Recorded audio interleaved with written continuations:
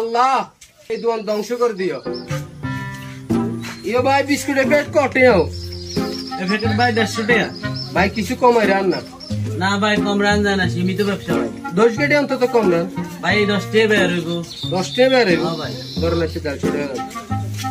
এ আল্লাহ কি করে এই ভাই বিস্কুট এক প্যাকেটে কইছে 10 টাকা বের করছে।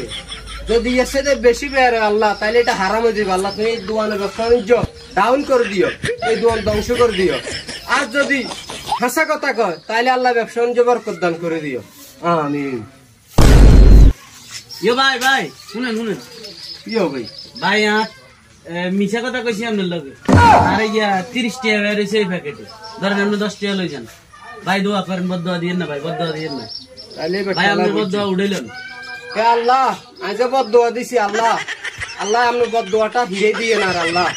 এই দোকানদার ভালো মানুষ আল্লাহ, 30 টাকা ব্যবসা করছে, হাসা কথা কইছে ওনার 10 টাকা হিরে দিছে আল্লাহ। আল্লাহ এই দোকানদারের ব্যবসা যে বরকত দান করে দিয়েন, রিজিকের ফয়সালা করে দিয়েন, আয় উন্নতি করার ব্যবস্থা করে দিয়েন। আমিন।